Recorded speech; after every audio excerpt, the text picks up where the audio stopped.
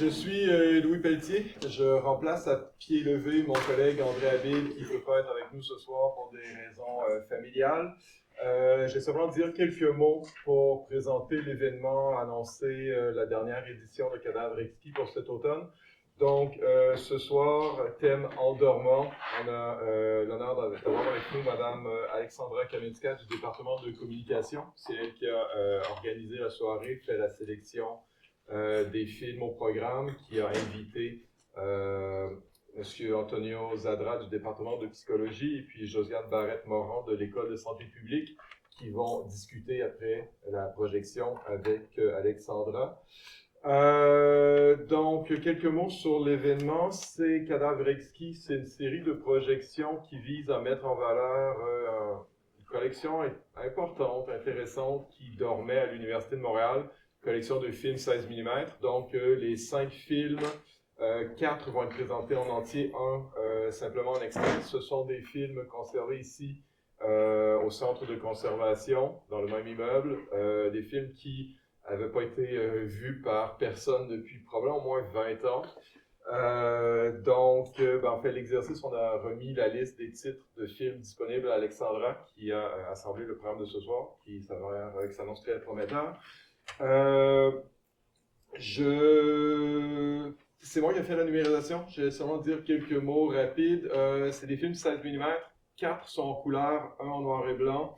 Dans les films couleurs, 3 sont en Eastman Color. Les gens qui étaient avec nous dans les dernières semaines, vous savez que Eastman Color, généralement, c'est une mauvaise nouvelle. C'est des films, en fait, films couleurs, mais qui sont viraux rouges. Les Eastman Color, avec le temps, les teintes bleues et vertes s'estompent, disparaissent. Il reste uniquement du rouge sur les copies. J'ai fait un peu de travail en post, en colorisation pour essayer de rééquilibrer les couleurs. Soyez avertis que pour 3 des films, les couleurs que vous allez voir, c'est pas un rendu fidèle de ce que les gens ont vu dans les années 70. Il y avait un peu plus de couleurs. Sinon, il y a quand même le film sur le sommeil du cheval, non, le sommeil chez la vache et le cheval. C'était pas sur le titre exact. Celui-là, par contre, avait quand même encore de belles couleurs. Donc voilà pour les copies. La numérisation, peut-être mon dernier commentaire, annoncer la dernière séance de Cadavres exquis pour la session d'automne. Il va y en avoir 2 autres cet hiver, mais la dernière pour l'automne dans 2 semaines, ça nous amène au 17 décembre. Ça sera sur le Moyen-Âge, et puis les invités seront Christine Tanton du département d'histoire de l'art, de cinéma et des médias audiovisuels, et puis Gordon Blenneman du département d'histoire. La soirée, en fait, je vais passer la parole à Alexandra, qui va présenter le premier film. Après la projection du premier film, il va y avoir une seconde brève intervention par Alexandra, présentation des 4 films suivants, suivi de la période d'échange d'Alexandra avec les 2 invités. Merci Louis. Bienvenue tout le monde. Merci d'être venu pour regarder ces films avec nous et échanger autour des films sur le sommeil dans une période où il y a peut-être peu de sommeil parmi beaucoup d'entre nous. J'aimerais remercier Louis, Nino et André tout particulièrement pour la séance, pour m'aider techniquement, puis à tous les égards, en fait, inspiration, technique, popcorn, tout est grâce à eux. Donc merci. Comme a dit Louis, je suis au département de communication. Je m'intéresse depuis plusieurs années au sommeil et surtout à des questions épistémologiques, méthodologiques, donc pas scientifiquement pures, parce que je ne suis pas dans un département de sciences. Donc, je m'intéresse à des choses comme comment est-ce qu'on prenait le sommeil comme question principale, comment est-ce qu'on comprend comment est-ce qu'on peut comprendre le sommeil quand nos outils de base viennent d'autres disciplines que les sciences pures, médicales ou biomédicales. Donc, j'étais naturellement intéressée par cette collection de films scientifiques lorsque André m'en a parlé. Et j'imaginais dans cette collection de centaines de films une grande section sur le sommeil, puisque nous dormons tous souvent et régulièrement. Donc, certainement, tellement de personnes ont voulu penser au sommeil dans les films, mais non, il y avait à peine une poignée de films sur le sommeil. Donc, on va les voir pour la plupart. Il y a des films connexes qu'on a considérés éliminés, il y en a un qu'on a inclus. Donc, on a quand même portrait du sommeil à une certaine époque. On a donc, qu'est-ce que je pourrais dire? Pardon, une seconde. Donc, ah oui, c'est une des choses que je voulais noter aussi, c'est que ces films qui portent sur le sommeil passent toujours pas par des thématiques qu'on pourrait peut-être considérer comme étant inspirés du sommeil, par exemple la poésie, la fiction, le cinéma de fiction ou des choses comme ça, mais c'est en part du sommeil ce qui fera peut-être écho à ceux qui sont venus à la première séance en m'universifiant. Il y a une surreprésentation des sciences pures, médicales et vétérinaires, et ce malgré les fondements de l'université dans les mystères et de la foi et des questions humanistes. Donc il y a vraiment beaucoup de matériel scientifique dans les films. La séquence des films n'est pas chronologique.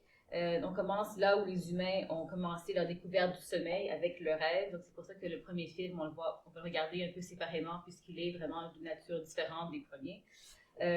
Après ce premier film, on va découvrir ensuite le sommeil et le rêve comme objet d'étude scientifique. Et on va finir avec un film connexe qui n'est pas sur le sommeil, mais sur un autre phénomène du cerveau, l'épilepsie, donc comme en bonne forme d'un cadavre exquis, il y aura une logique qui va dérouler, où on termine pas là où on a commencé, mais avec des points, un fil rouge que j'espère vous allez retrouver ou trouver un autre fil. Donc, dans le cadre de ces projets sur le sommeil, j'ai, pour des années, rencontré certaines personnes hyper intéressantes et je suis contente et vraiment curieuse de leur intervention aujourd'hui. Donc, Antonio Zadra, professeur en psychologie, chercheur sur le sommeil, vraiment expert mondial sur le rêve, parmi nous. Et aussi Josiane Barrette-Morin, qui est doctorante de l'École de santé publique, qui travaille sur le rêve, perspective éthique. Donc, des chercheurs sur le sommeil, des perspectives différentes. Donc, je vous invite, encourage de rester avec nous pour la discussion après. Donc, comme mentionné, je vais juste présenter le premier film un petit peu et ensuite parler des autres films après celui-ci. Le premier film est le plus long, il est 24 minutes. L'ensemble des films dure 66 minutes, donc c'est pas un visionnement assez court. Donc, le premier film s'appelle Château de cartes. Ce film fait partie d'une série de films sous le nom de Vous avez beau jeu, produite par l'Office du film du Québec et par le ministère de l'Éducation. C'est intéressant de garder cet aspect pédagogique en tête en regardant ce film. Il semblerait que la série est destinée pour l'enseignement, située dans le catalogue de l'OFQ dans une sous-section appelée Enseignement oral et intuitif. Parmi les autres titres de la série, on peut trouver d'autres noms reliés au jeu de cartes. L'As du pique est un film sur l'agir. Un valet de cœur, un film sur les émotions. Jacques Vallée, qui est le réalisateur du film de ce soir, un film sur le rêve, et aussi le réalisateur de Les Atouts, un film sur les perceptions. Donc on a Agir, émotion, perception et rêve, une série qui restera à creuser dans son ensemble une autre fois. C'est le seul film ce soir qui porte principalement sur le rêve et qui apporte cette thématique non de façon scientifique, mais comme un film de fiction, sous la forme d'une itération d'un rêve, le tout avec un score musical assez remarquable produit par Michel Hinton, qui formait Beau Dommage dans la même année que le film est produit. C'est dur de concevoir que ce film est destiné aux enfants. Il y a des clichés enfantins dans le film, croquer dans la pomme pour ouvrir le rêve, une femme en robe blanche dans un château, mais aussi des sauts durs à suivre, comme c'est le cas dans tous les rêves, des moments plus sérieux qui sont durs à imaginer, auraient beaucoup de valeur pour un enfant. Peu importe, on peut retrouver le film dans un programme de la fête de la Saint-Jean à Québec pour l'année 1975. Il est noté Château de cartes, en parenthèse enfant, après Zazie Zazou, enfant, mais avant Kamouraska de Claude Jutras. Donc, je vous laisse regarder le film et nous pourrons interpréter peut-être ensemble la discussion qui suivra, comme tout bon rêve sera à discuter.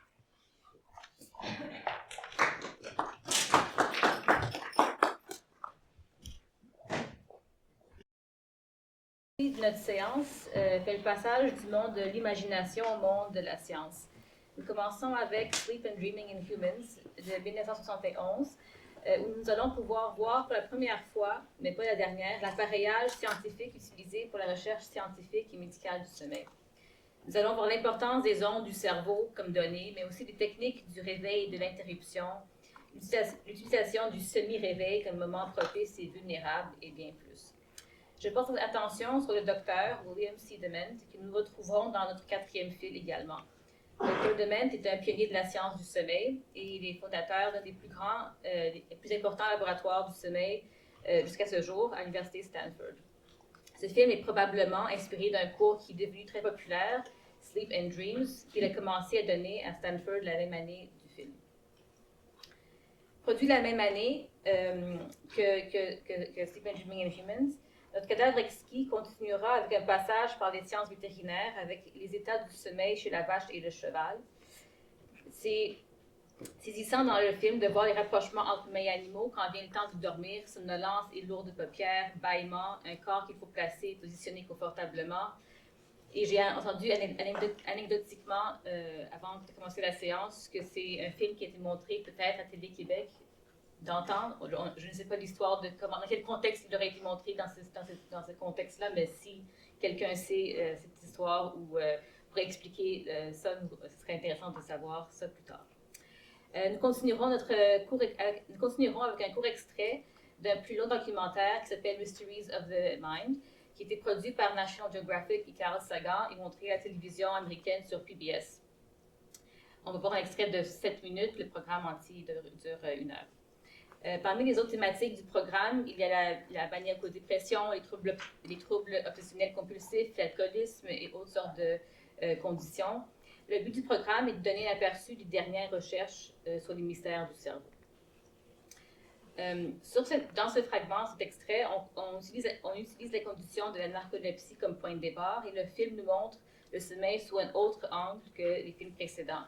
Comment le sommeil a des répercussions durant le jour et dans les situations sociales. Comment le sommeil peut être relié à un problème de contrôle et de mouvement. Nous terminerons avec Aux frontières de l'esprit, un film de la Fête nationale du film, réalisé à l'Institut neurologique de Montréal en 1954, donc à peu près 20 ans avant les films sur le sommeil. Ce n'est pas un film sur le sommeil, mais un film qui reprend les fils des questions du mouvement et du cerveau pour nous amener à l'épilepsie. Il y a quand même quelques mentions de la fatigue de la part du patient.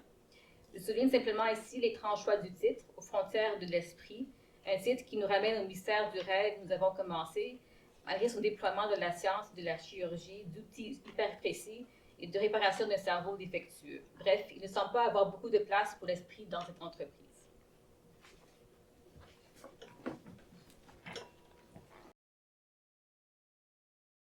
Peut-être pour commencer, j'étudie depuis très longtemps, surtout les rêves, mais je dirige aussi un laboratoire de sommeil, donc on étudie aussi certains troubles de sommeil, entre autres les cauchemars, le somnambulisme, les terreurs nocturnes. Et donc, je fais des recherches soit en laboratoire, avec des récits de rêves à la maison, et je collabore aussi avec des personnes qui sont ici sur les liens entre, justement, rêve et sommeil et cinéma, et des jonctions entre les deux qui peuvent exister au niveau littéraire, conceptuel, méthodologique, ainsi de suite. Dans les films, hein, le tout premier, j'ai fait un petit commentaire à mon collègue ici, Santiago, après le film. Je me demandais quelle était la valeur instructive ça a été fait pour des raisons pédagogiques. Je voyais pas trop le pourquoi et comment. Et c'est juste à la fin qu'on voit que la jeune fille reprend la pomme, elle est encore dans l'autobus où il chante cette chanson, que je pense que c'est plus une rêvasserie, un daydreaming qu'un rêve nocturne. Et avec différents niveaux, l'habillage en blanc, les fleurs des pommes, le monsieur qui passe en cheval. Je trouvais intéressant les changements de perspective, comme plus vers la fin, quand elle regarde vers le bas. Mais dans certaines prises de scène, elle est vue d'en bas vers le haut, elle est à la fenêtre, son reflet dans le miroir, ensuite son monologue s'auto-décrit. En tout cas, mais j'essayais à la fin de me dire pourquoi ça a été fait, dans quel but pédagogique, parce que ça me faisait plus penser à quelque chose comme étrange à la David Lynch, qui serait pour un public cible et très, très restreint peut-être. Tandis que, bon, les autres, c'est plus des documentaires qui visent à démontrer comment les techniques qu'on utilise pour étudier le sommeil. Donc, on a vu Bill Dement, qui était à Stanford, qui est considéré comme le père de la médecine du sommeil moderne, qui a établi le premier laboratoire médical de sommeil à l'université de Stanford, qui explique un peu le montage d'électrodes. Aussi assez fascinant, je trouvais les prises de vue, les autres documentaires sur les animaux, surtout le cheval, où on voit vraiment bien ses mouvements, les oreilles, tout, pendant qu'ils sont en sommeil paradoxal, ce stade de sommeil fortement relié à des processus oniriques. Et aussi les chaînes narcoleptiques, c'est toujours amusant.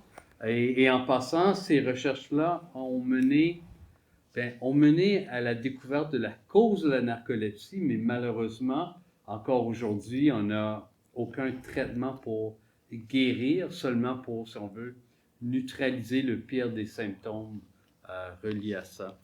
Alors, ça fait un bon tour de survol. Oui, c'est un peu mes réflexions par rapport à ces films-là. Mais peut-être on peut continuer avec le premier film, simplement parce qu'il est un peu, comme on a dit, un peu à part des autres. Et puis, il mérite un peu d'interprétation peut-être collective sur sa valeur pédagogique qu'il a. Il faut aussi, si on le considérer comme partie des films sur l'agir, la perception et le dernier m'échappe, les émotions. Donc, c'est intéressant qu'il y ait une collection des films pour les enfants pour les éduquer par rapport à agir sur son perception, émotion et le rêve. Une des scènes qui, pour moi, était particulièrement étrange ou qui ressortait, c'était celle où elle se autocritique elle-même. Je suis maigre, pas très maigre, mince, pas très mince, belle, mais pas trop belle. Mais pas laide. Mais pas laide. Et c'est ça, et c'est quand même beaucoup de cette dimension de se considérer dans le rêve lui-même, donc de penser, d'être en réflexion dans le rêve, être en réflexion pendant des longs moments comme ça. Donc, en tout cas, je suis là-dessus sur la valeur pédagogique, disons le rêve comme quelque chose qu'on peut se permettre de rêver à ce château, à ces... Est-ce que c'est ça le rêve de vouloir voyager, mais finalement de revenir à la maison en famille, de vouloir avoir... Qu'est-ce qu'on est en train d'apprendre? Est-ce qu'il y en a qui, peut-être parmi vous, qui ont des idées ou des interprétations pour nous aider un peu par rapport à ce projet de Jacques Vallée? Je ne sais pas, moi je me suis demandé aussi si c'était un film destiné aux enfants ou à ceux qui étudiaient les enfants. C'était peut-être à des universitaires. Je ne sais pas trop. Puis aussi une autre réflexion. Je me disais que quand j'entendais parler la jeune fille qui chante dans son monologue, j'avais pratiquement l'impression d'entendre des monologues qu'il y a dans certaines pièces de Michel Tremblay. Puis même peut-être, je sais pas, je pensais aux belles-sœurs, parce que qu'est-ce que je vais faire avec mon grand prix ou avec ma richesse? Tu sais, elle commence avec des grands rêves. Je vais voyager, je vais faire ci, puis après, comme, mais non, mais après, j'aurais quand même revenir. Je vais quand même venir à la maison, ici, chez ma famille, proche. Je sais pas s'il y a un message en fait, je sais pas, quelque chose là dans ce retour vers de rester proche de sa famille, puis qu'on peut bien rêver, mais ultimement, peut-être que ce qu'on a proche de chez nous, ou proche de soi, c'est ce qui est important, quelque chose, je ne sais pas, peut-être quelque chose comme ça. C'est aussi des scènes où elle se met, des scènes où elle rit, elle danse, mais plusieurs où on a des plans rapprochés où elle pleure. Alors, il y a le côté affectif aussi, et je me questionnais, est-ce que c'est pour véhiculer que c'est correct d'avoir toutes sortes d'émotions dans nos rêves, aussi tout ça est possible. Et encore là, je restais perplexe un peu par rapport à est-ce que c'était qu'est-ce qu'on croyait pouvoir inculquer aux enfants par rapport aux rêves. Et quelque chose qui est toujours intéressante par rapport à des documentaires ou des pièces par rapport aux rêves, c'est de considérer comment on concevait les rêves au moment où le film ou le documentaire a été tourné. C'est certain qu'on regarde des pièces faites encore, ça remonte plus loin, dans les années 30 ou même avant. Et là, il y a une emprise de la psychanalyse qui est plus là. Alors, on essaie toujours de véhiculer des métaphores, des interprétations reliées sur les théories du moment. Plus tard, on a des choses plus pour accentuer sur la bizarrerie dans les films même ou des documentaires, parce que c'est un élément qui souvent revenait dans des études en laboratoire. Alors, mais ici, quand je pense à ces époques-là, et encore là, ça m'a rendu perplexe. Peut-être on peut passer entre ce film et le prochain, parce que ce qu'on remarque, je pense, avec le Sleeping and Dreaming in Humans, c'est entre autres comment est-ce que le rêve devient un objet d'une étude très scientifique et que le rêveur devient en fait le patient, puis la manière qu'il est traité par la figure du docteur, la manière qu'on parle de cette personne qui n'est plus vraiment une personne avec justement des rêves, disons une vie intérieure, ou c'est pas ça qui était intéressant dans ce documentaire-là. J'ai trouvé particulièrement, disons, c'est une des choses qui m'a marqué particulièrement dans ce film, c'est comment le docteur parle le nom m'échappe, Ryan, je pense, Steve, peut-être c'est ça, du patient, Oui. comme s'il n'était pas vraiment, disons, intéressé par la personne. Oui, mais je pense que c'est pas vraiment un patient. Je le vois plus comme un participant ou le cobaye. Le cobaye qui a dit oui, vous pouvez me coller des électrodes pendant qu'on me filme et me filmer quand vous allez me réveiller la nuit, me poser des questions sur qu'est-ce qui se passe. Mais Bill Dement est probablement la personne dans le domaine, pas probablement est la personne dans le domaine qui a fait le plus pour essayer d'amener une médecine du sommeil à un plus grand nombre de gens, en s'intéressant à plein de troubles du sommeil et en formant les premiers cours, les premiers documentaires, les premiers médecins spécialistes qui commençaient à s'intéresser à des chercheurs, aussi à contribuer à la découverte du sommeil paradoxal, aux premières études sur les rêves. Donc, quelqu'un qui avait une très, très grande curiosité. Et ici, je pense à des fins pédagogiques. Et il faut se remettre à l'époque. Alors, ça a été produit en 71, probablement à la fin des années 60. Et alors là, je pense aussi les relations entre les expérimentateurs, les participants qui venaient en laboratoire, qui étaient plus des cobayes, où on cherchait de faire des études, de trouver des réponses à des questions, pas toujours de façon très systématique. Et c'est ça qui se reflète dans Steve, qui me semblait très plus passif, comme les yeux, fait des choses.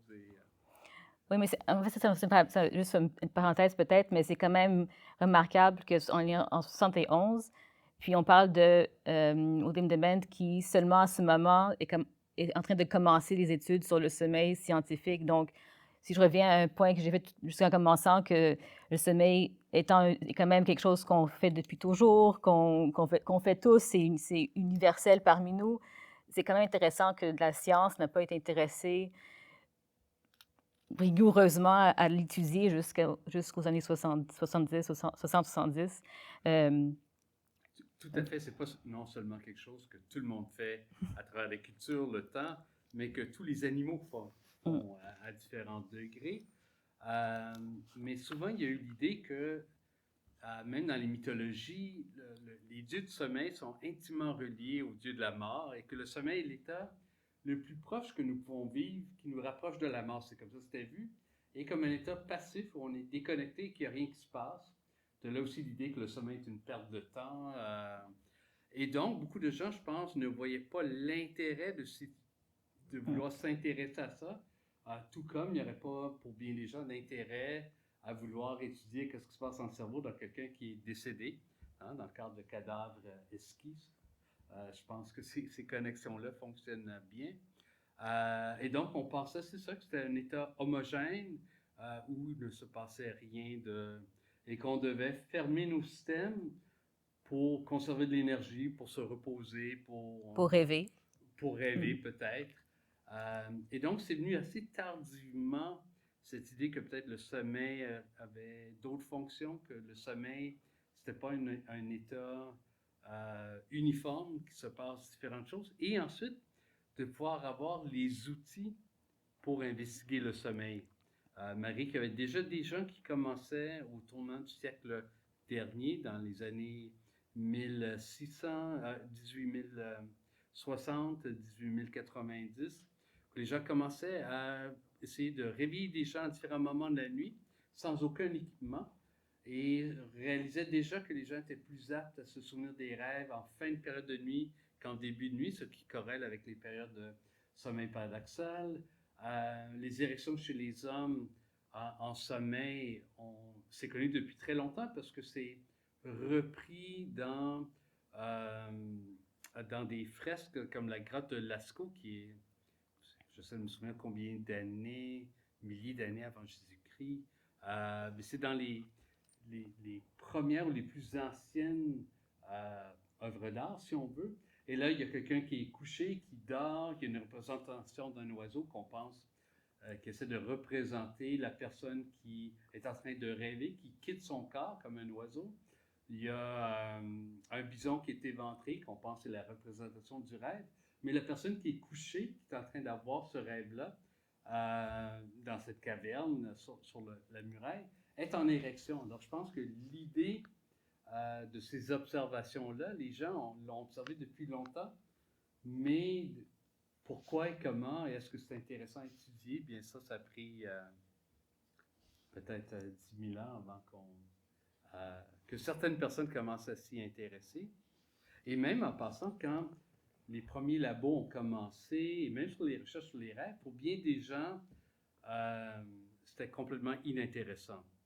On pensait vraiment que c'était une perte de temps, parce qu'on est aussi bien de mettre des électrodes sur une chaise et étudier ce qui se passe sur la chaise pendant 8 heures de temps. Il ne se passe rien.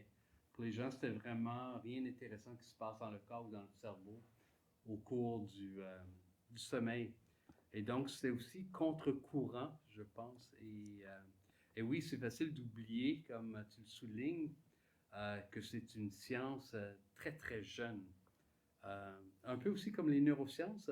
Walter Penfield, ici à l'hôpital neurologique, ça ne remonte pas à si loin que ça. Et encore là, d'avoir des méthodes, de mettre des électrodes dans le cerveau, de voir l'activité électrique pour déceler les sources de crises épileptiques. Et ici, c'est pour déceler les sources de ce qui vient générer les rêves. Donc, il y a des parallèles à faire, mais beaucoup, il fallait attendre le développement de certaines techniques qui nous permettraient d'approfondir nos réponses à ces questions-là. Réponses qu'on n'a pas toujours. Mais en fait, c'est quand même, c'est pas une formation qu'on a gagnée des films, mais j'ai lu un livre sur l'usage des techniques justement du réveil de dormeurs chez des personnes qui sont dans le combat, des militaires, pour les aider à gérer leur trauma, donc de les réveiller durant ou les garder dans un semi-éveil pour, disons, pour qu'ils soient plus, vulnérables ou prêts à divulguer certaines informations, puisqu'ils ont moins de barrières, où on est plus porté à juste dire ce qu'on a en tête. Comme on voit ici, baseball, je regardais, on le voit, il n'y a pas vraiment de filtre ou de mécanisme, on dirait, pour être réflexif à ce moment, justement, dans cet état hypnagogique ou un peu entre les deux, entre états. Donc, je me demande si c'est aussi un état de vulnérabilité qui pourrait être aussi, disons, utilisé de manière disons, néfaste ou pour manipuler ou pour des fins, disons, plus...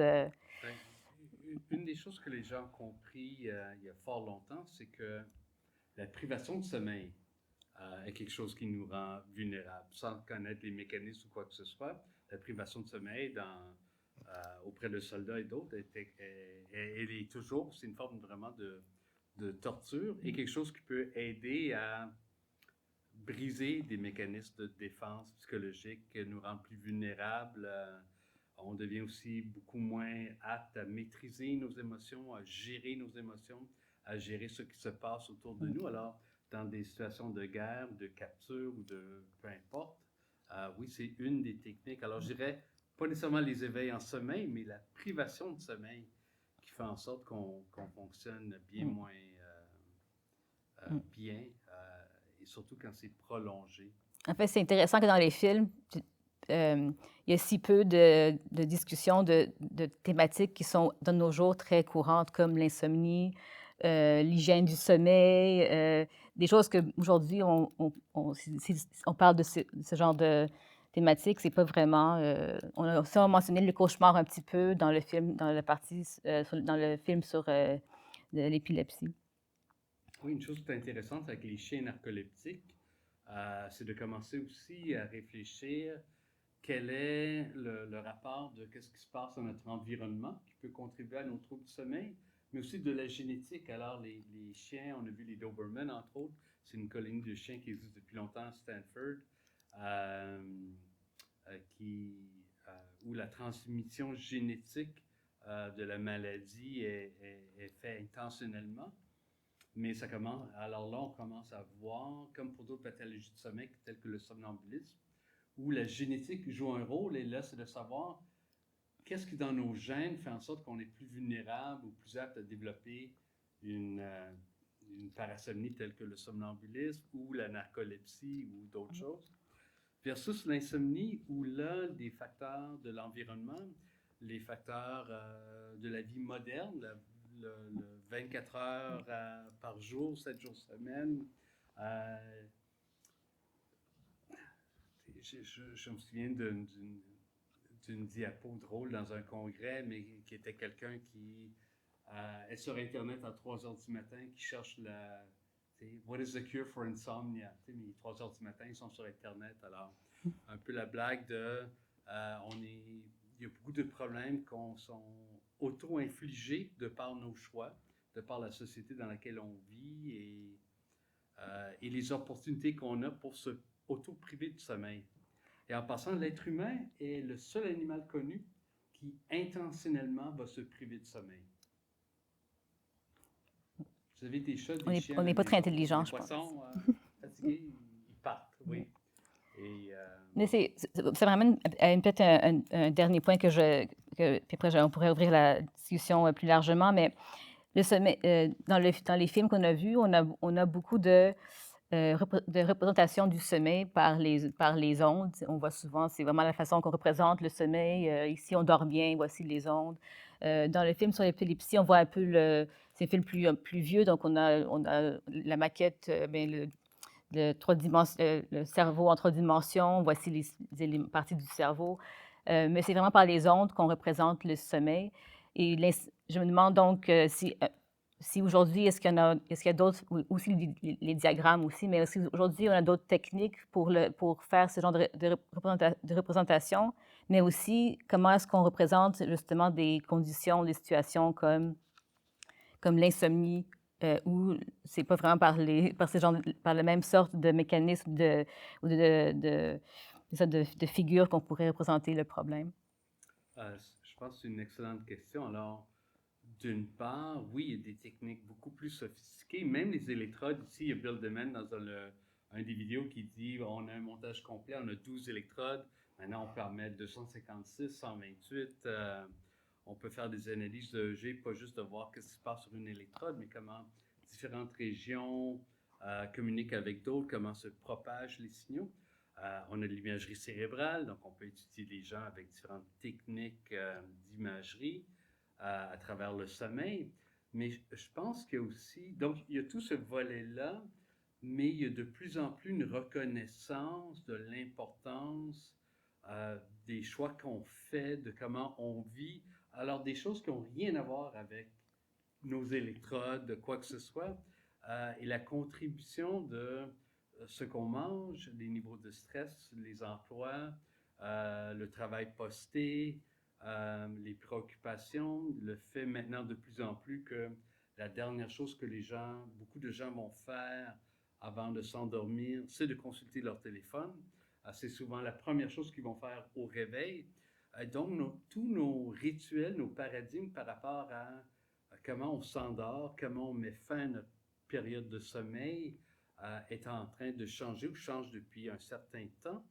Et dans bien des cas, avec des répercussions néfastes sur la qualité du sommeil. Ce qu'on sait, c'est que les problèmes de sommeil n'ont jamais été aussi prévalents, en commençant par l'insomnie, mais d'autres types de difficultés reliées au sommeil, malgré le fait qu'on n'a jamais connu autant sur le sommeil. Qu'est-ce qu'il faut faire pour avoir une bonne qualité de sommeil? Donc, ces deux choses sont, je dirais pas nécessairement à l'opposé, mais au moins, il y a une plus grande reconnaissance de l'importance d'avoir une vision plus holistique de tous les facteurs socioculturels, économiques aussi. Moi, quand je lis des choses, on devrait se lever à telle heure et atténuer le bruit, dormir dans la noirceur, de préférence à 18 degrés la nuit. Pour bien des gens qui partagent une chambre à coucher avec 4 autres personnes pour des raisons économiques ou autres, des régions dans le monde où on n'a aucun contrôle sur la température dans laquelle on dort, il me semble que c'est de vivre sur une autre planète, mais on vit dans des régions de la planète très différentes, mais qui représentent pas du tout la réalité pour une grande proportion de la population. Alors je me dis, c'est pas de véhiculer des bons, ou c'est de faire fi de inégalités sociales, culturelles, socio-économiques et autres, qui jouent un rôle très, très important dans notre bien-être à l'état de veille, mais forcément aussi par rapport aux conditions qui nous laissent dormir ou qui interfèrent avec notre sommeil. Alors, je pense que c'est un excellent point, une excellente question. Je pourrais rebondir, mais je vais juste ouvrir peut-être à la salle, à l'auditoire pour voir si y a des questions ou des commentaires pour nous. Une question. En fait, tu as évoqué le fait qu'il y a eu un grand changement dans les technologies pour étudier le sommeil. Mais on a vu un film où il y a une technique qui est utilisée pour obtenir un rapport de rêve à partir du participant. Qu'est-ce qu'il y a de technique pour ça? Est-ce que c'est très semblable à ce qu'il y avait à cette époque ou est-ce qu'il y a eu des changements aussi? Essentiellement, c'est très semblable. Ce qui change, c'est peut-être les questions qu'on pose aux gens, les stimuli qu'on va utiliser pour réveiller la personne, le moment auquel on les réveille. Mais ultimement, pour avoir n'importe quelle expérience subjective, c'est vrai des rêves, mais c'est vrai si vous avez de la douleur. La seule façon d'étudier ça, c'est par l'entremise des rapports que les gens nous donnent. Alors, le récit onirique, ou la description de douleur. J'ai une douleur ici, elle est brûlante, elle est dolle, elle est perçante. On ne peut pas regarder le dos de quelqu'un et dire « Ah oui, je vois votre douleur, elle est définitivement un 8 sur 10, il n'y a pas grand-chose qu'on peut faire. » Alors, les expériences subjectives, forcément, on y a accès indirectement de par ce que les gens nous communiquent. Alors, à ce niveau-là, je dirais que c'est essentiellement la même chose, c'est de réveiller des gens, leur demander d'écrire des récits de rêve à la maison. Il y a des choses un peu plus sophistiquées, par exemple des gens ou des chercheurs qui ont déjà fait, ici on parle de centaines de scans de cerveau des mêmes participants au cours de plusieurs nuits, en les réveillant, leur demandant leur récit de rêve, mais ensuite des algorithmes vont déterminer à chaque fois qu'il y a un personnage connu, à chaque fois que c'est ma mère qui est dans mon rêve, ou que je suis dans une pièce extérieure, ou qu'il y a un jeune enfant, voici les patrons qu'on peut observer d'activation dans le cerveau. Et c'est devenu, ça c'est un groupe de recherche qui est à Kyoto, mais c'est devenu assez poussé que juste en regardant l'activité cérébrale de cette personne-là, en sommeil paradoxal, on peut déjà si bien prédire est-ce qu'il y a un dialogue, est-ce qu'il y a beaucoup de personnages, est-ce que les personnages sont familiers, inconnus. Alors, on ne sait pas qu'on peut enregistrer le rêve ou voir le rêve, mais on peut avoir les contours de qu'est-ce qui se passe dans ce récit de rêve-là. Mais c'est des choses qui coûtent, pour une seule personne, peut-être 100 000 $ de scan à faire, parce que les algorithmes ont besoin d'avoir accès à énormément de données pour s'entraîner, pour savoir, pour voir un peu les corrélations entre les activités et les contenus. Mais à la fin, il faut réveiller la personne pour vérifier, pour qu'ils nous racontent leurs rêves. Alors, non, je dirais que c'est les mêmes techniques que les gens utilisaient dans les années, les premières recherches sur les rêves dites expérimentales en 1850, où des gens dormaient avec une chandelle, papier, crayon et quelqu'un qui était assis tout près et qui, à un moment donné, durant la nuit, décidait de les éveiller pour avoir un récit de rêve. Merci. Et ça risque d'être la même chose en 100 ans, je penserais. Au moins qu'il y ait des chips dans nos cerveaux. Oui, puis, oui, il va y avoir Google Cortex, j'ai oublié. Oui, Google Cortex va être implanté, oui, il va nous enregistrer directement. Ou il va falloir payer 10 $ par mois pour avoir des rêves sans publicité. You can opt out. Mais la question du patient puis de son récit, je pense qu'elle elle pourrait être soulevée ailleurs, c'est-à-dire que dans les films qu'on a vus, on a vraiment vu disons une valorisation de la science, puis c'est l'émergence de la science qui nous est montrée, donc c'est sûr que c'est nouveau, puis c'est excitant, mais euh, je me demande comment c'est traité en fait aujourd'hui dans les situations où les patients, par exemple, leur expérience de leur sommeil ne correspond pas aux données qui sont démontrées. Donc, les cas où les ondes indiquent que vous avez bien dormi, madame, mais l'expérience est, ben non, je suis fatigué, monsieur. Donc, comment est-ce que ces expériences disons, de dissonance entre l'expérience et les données des ondes Oui, ouais. ça c'est fascinant. Alors, il y a en effet des personnes qui vont se plaindre d'une piètre qualité de sommeil, qui peuvent être amenées en laboratoire. Et là, alors, on met toutes les électrodes, et là, la personne, basée sur les électrodes, sont endormies. Et ils sont vraiment endormis. Il y a des types d'ondes qu'on voit uniquement en sommeil. On les voit jamais, jamais, jamais à l'état de veille. Et on voit ces types d'ondes-là qui arrivent. Donc, ils sont définitivement endormis. Mais si on les réveille, vont dire « Non, non, je ne dormais pas. Je ne dormais pas, j'étais éveillé, je pensais à telle chose. » Et donc, il y a une incongruence. Mais une des choses qui a été découverte les 5-10 dernières années, c'est que à l'intérieur d'un cerveau endormi, il peut y avoir des sous-régions qui sont encore éveillées.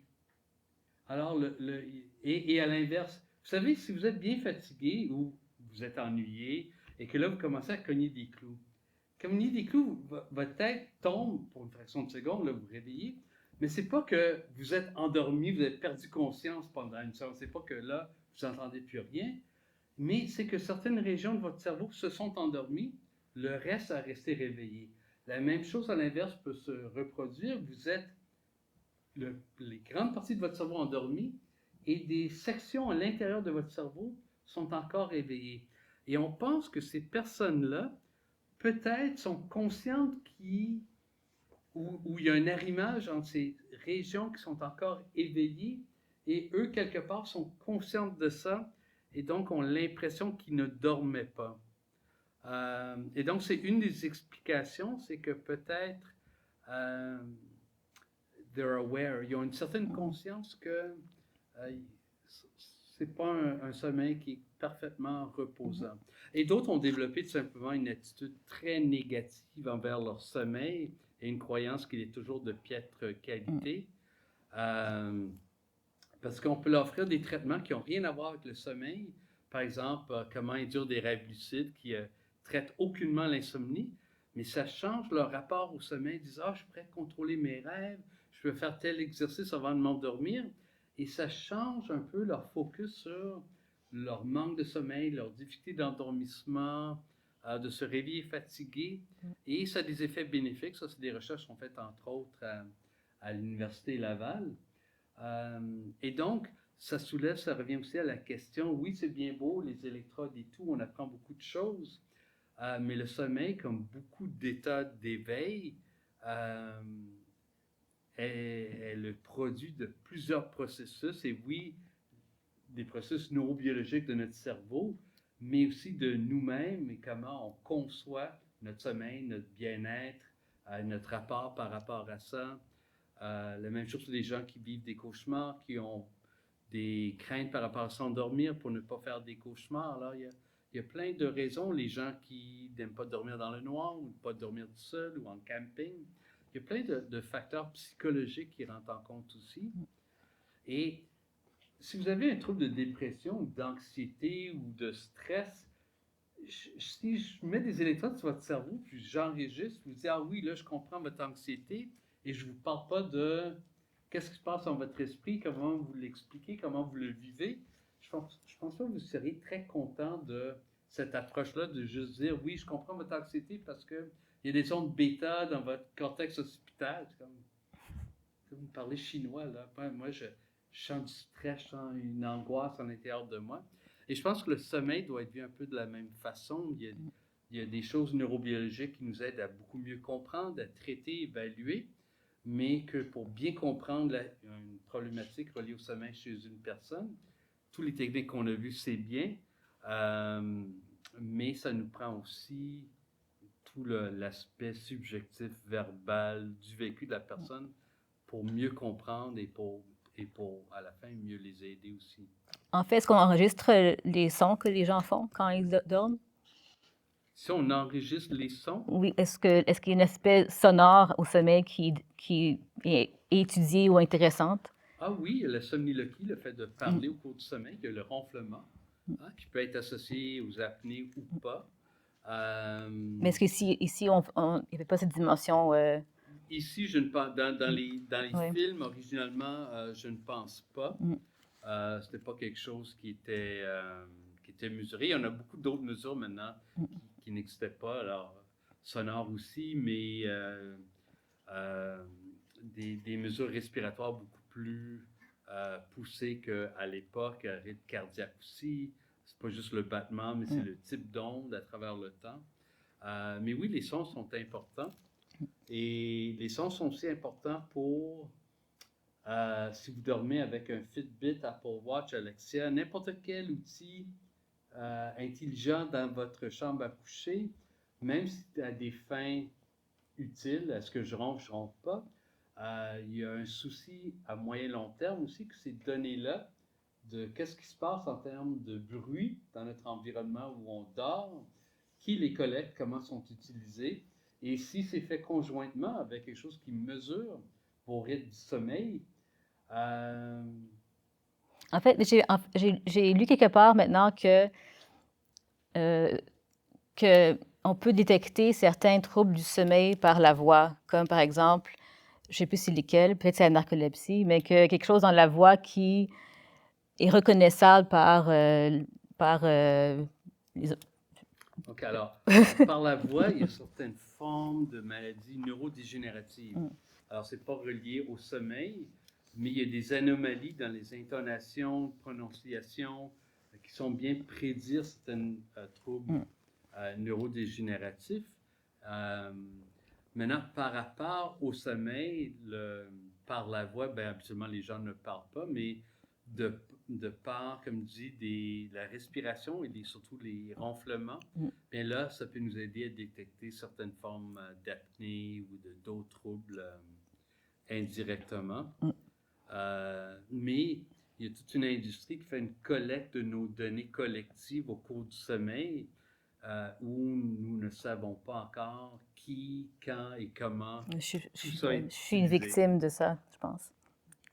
Peut-être, moi je ne sais pas, moi j'ai rien dans ma chambre à coucher. Moi, j'ai mon appareil sur moi qui me surveille tout le temps. En passant, tous les appareils qui mesurent votre sommeil ne sont pas très efficaces. Alors, quand on compare les appareils, indépendamment c'est des anneaux, des Fitbit, des smartwatches, ça surestime le temps qu'on passe endormi, ça sous-estime le temps qu'on passe éveillé, et malgré ça peut donner une bonne indication de le temps que vous avez passé peut-être endormi, quand bien de la proportion de notre nuit qui était du sommeil lent profond, du sommeil léger, sommeil paradoxal. C'est très, très loin des données polysomnographiques. Question j'ai une dernière question juste qui nous sort des films puis sur la manière de fonctionner des institutions comme le CEAMS, qui est le Centre d'études avancées en médecine du sommeil de l'UDM, ou des centres comme ça où il y a beaucoup de personnes qui viennent faire leur examen, leur test de sommeil, où il y a une énorme collecte de vidéos de dormeurs, puisqu'il y a aussi, aujourd'hui, on filme les gens quand ils dorment dans les salles. Bien sûr, ces vidéos sont privées, mais est-ce qu'il y a une collecte de ces... Qu'est-ce qu'on fait avec tout ce matériel audiovisuel qui existe sur le sommeil? C'est une bonne question. Je dirais que ça dépend des protocoles. Alors, les protocoles cliniques, une fois que l'évaluation polysomnographie, la raison que les gens dorment en noirceur, premièrement, c'est les caméras infrarouges qui sont utilisées. La raison que les gens sont filmés, c'est parce que des fois, il y a des anomalies au EEG et on veut voir est-ce qu'il y avait un comportement. Est-ce que la personne bougeait? Est-ce que la personne s'est retournée? Est-ce que la personne a fait une apnée? Et ensuite, ici, on a vu les codes d'épilepsie, mais des formes d'épilepsie nocturne. Il y a toutes sortes de troubles moteurs qui peuvent survenir au cours de la nuit, somnambulisme, cauchemar, terreur nocturne et autres. Et donc, on veut voir qu'est-ce que se passait, qu'est-ce qu'on peut observer chez la personne, y compris des expressions faciales, émotives et autres, mouvements des jambes, qui corrèlent avec ce qu'on voit au niveau du EEG. Donc, c'est pouvoir mettre les deux ensemble. Maintenant, qu'est-ce qui arrive? Une fois que l'évaluation est faite, habituellement, tout ça est détruit. Maintenant, dans les protocoles, soit cliniques ou surtout dans nos protocoles de recherche, on peut demander aux personnes s'ils acceptent que, au besoin, leurs vidéos soient utilisées à des fins d'enseignement. Alors, enseignement à des médecins spécialistes, à des cours à grands groupes ou des conférences grand public. Et c'est à eux de décider oui ou non. Et quand ils disent oui, alors ces vidéos-là, s'il y a quelque chose d'intéressant, sont gardées, utilisées. Alors moi, j'en ai plein que j'utilise dans mes cours pour montrer à quoi ressemble une terreur nocturne dans le labo, un cauchemar, d'autres troubles neurodégénératifs où il y a des comportements. Mais c'est tous des gens qui ont donné leur consentement pour utiliser leurs vidéos à des fins éducatives. Est-ce qu'il y a d'autres matériels audiovisuels que vous produisez ou qui existent dans ce contexte? Nous, non, mais il peut y avoir plus des projets, je dirais, artistiques. Alors, il y a des collaborations entre des scientifiques et des artistes, par exemple, de générer de la musique à partir des ondes cérébrales au cours du sommeil, ce qui est fait aussi à l'éveil. Alors, c'est des algorithmes qui essaient de s'inspirer. Alors, il y a des choses de cette nature-là, mais habituellement, non, il n'y a pas de production audiovisuelle et souvent, c'est à des fins, soit recherche médicale pour lesquelles tout ça a lieu. Est-ce qu'il y a des questions finales? Oui? Ça rejoint un peu tout à l'heure quand on parlait à l'état de sommeil, il y a certaines régions du cerveau qui peuvent être encore éveillées. Puis dans le film, ça touchait un peu par rapport au le sommeil paradoxal qui est le moment du sommeil où on rêve. Mais est-ce que c'est encore ce qu'on pense? Est-ce qu'il y a des rêves à d'autres moments du sommeil? Ou est-ce qu'il y a d'autres formes d'expériences oniriques moins significatives? Alors, c'est une excellente question. Pendant longtemps, les gens dans le domaine faisaient une équation entre sommeil paradoxal et rêver. On rêve juste dans cette période-là. Alors, ça demeure vrai que c'est le stade de sommeil où on a nos rêves les plus, si on veut, bizarres, émotionnels, ou si on réveille une personne en sommeil paradoxal, à peu près 80-85% du temps, ils vont se souvenir d'un rêve, même chez les gens qui s'en souviennent jamais à la maison, ils disent « jamais rêvé ». Cela dit, tu soulèves un excellent point parce qu'on peut avoir aussi toutes sortes d'autres types d'expériences oniriques et des rêves qu'on ne peut pas distinguer de ceux du sommeil paradoxal en d'autres stades de sommeil, notamment N2, qui est un sommeil plus léger, qui survient, qui prend à peu près 50% de nuit normale. On peut les avoir aussi à l'endormissement, ce qu'on appelle des images hypnagogiques. Pour certaines personnes, sont très vives, très immersives. D'autres, les gens aussi vont les avoir, mais ils ne s'en souviennent pas parce qu'ils s'endorment. Alors non, il n'existe pas la relation vraiment rêve et sommeil paradoxal, malgré, en sommeil paradoxal, il y a il y a plusieurs facteurs uniques qui se passent, tels que l'atonie musculaire, la paralysie des muscles, parce que quand on est en train de rêver en sommeil paradoxal, notre cerveau est en train d'envoyer à notre corps tous les signaux qui le feraient si, au lieu de rêver à l'activité, on la faisait pour de vrai. Donc, si vous rêvez que vous jouez au piano ou que vous êtes en canot, le cerveau envoie les commandes à vos muscles pour faire ça, pour ramer, pour... Et si ce n'était pour cette atonie musculaire, on agirait le contenu de nos rêves en sommeil paradoxal. Alors, il y a des circuits neuronaux qui sont très particuliers, reliés au rêve et reliés au sommeil paradoxal. Cela dit, comme dit, on a d'autres types d'expériences oniriques dans d'autres stades de sommeil. Et peut-être que les rêves ont des fonctions différentes dépendamment du stade de sommeil sous-jacent. Donc, les rêves peut-être en N2 ou des images hypnagogiques auraient peut-être une valeur adaptative différente de ceux en sommeil paradoxal. Et c'est pour ça, en passant, c'est l'atonie musculaire qui est là pour nous empêcher de se blesser, qui fait sa job correctement. Mais c'est pour ça, par exemple, chez la vache, ou si vous avez des chiens à la maison, vous allez voir les petits mouvements quand ils sont endormis. Si vous examinez les yeux, vous allez voir les mêmes mouvements oculaires rapides qu'on peut observer chez les humains et qu'on a vu aussi chez le cheval, chez la vache, et les oreilles qui s'orientent. Alors, une des explications, c'est que ces animaux-là, ces mammifères-là, sont en train d'avoir une expérience onirique. Il y a une atonie musculaire qui prévient l'agissement du contenu, qui fait en sorte que l'animal ne se blesse pas, mais elle n'est pas complète, donc c'est pour ça que les yeux bougent, que les oreilles peuvent bouger, qu'on peut avoir des petits spasmes. L'important, c'est pas de se lever, de se jeter en bas du lit. Et est-ce qu'on sait pourquoi, pourquoi est-ce que chez les personnes avec la narcolepsie, c'est les émotions qui sont le stimulus de cette même réaction? Pourquoi le rire, par exemple, est une cause de cette même paralysie? OK, là Ou est-ce je que... pensais comment répondre rapidement. Ça, c'est un peu plus complexe, la narcolepsie, parce que quand comme le monsieur, quand il tombe, oui, c'est une forme de paralysie, c'est une perte d'atonie musculaire, mais il reste conscient. Hein, il ne perd pas conscience, c'est pas qu'ils s'endorment. Ils sont conscients de tout. Même la personne disait, je me demande comment les gens me perçoivent, je dois me lever, est-ce que... et donc, c'est pas qu'ils s'endorment, c'est pas qu'ils tombent en sommeil paradoxal. Et tous les circuits qui sont impliqués dans la gestion veille-sommeil sont altérés dans ce trouble-là, qui est dû à une perte.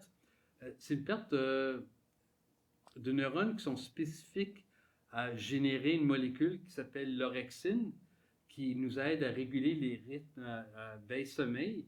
On a à peu près juste 20 000 de ces cellules-là dans notre cerveau, qui est très, très peu. Dans un œil, on peut avoir 10 millions de cellules. Alors ici, on parle de 20 000. Et donc, une fois qu'il n'en reste plus, parce que c'est un trouble à la fois génétique, mais aussi environnemental, la narcolepsie, il n'y a aucun moyen de le régénérer. Mais ce que j'allais dire, il y a d'autres circuits par rapport à la génération et l'interprétation des émotions qui sont affectées. Alors, on pense que les émotions, incluant la surprise, c'est les narcoleptiques, on ne veut pas faire un surprise birthday parce que la personne va rentrer, surprise, là, boum. C'est pas très bien, c'est pas très gentil. Et donc, pourquoi les émotions, c'est pas si bien connu, mais toute activation qui cause une excitation semble fragiliser ce système. Et là, l'atonie musculaire embarque. Et c'est aussi des gens qui, malheureusement, souffrent énormément de fatigue diurne, de somnolence diurne, s'endorment très rapidement. Bien souvent, la majorité n'ont pas le droit de conduire. Ils ont 10 fois plus de chances d'être dans un accident très, très grave parce qu'ils s'endorment à des moments... Alors ça, c'est pas la cataplexie où ils vont tomber, mais il y a aussi des moments où vraiment ils vont s'endormir, mais sur le coup, spontanément, sans préavis vraiment. Oui. on va peut-être terminer là-dessus, sur une note positive, mais moi qui ai d'autres questions finales, on se laisse là-dessus. Donc, merci beaucoup, Antonio, et merci tout le monde d'être venu ce soir.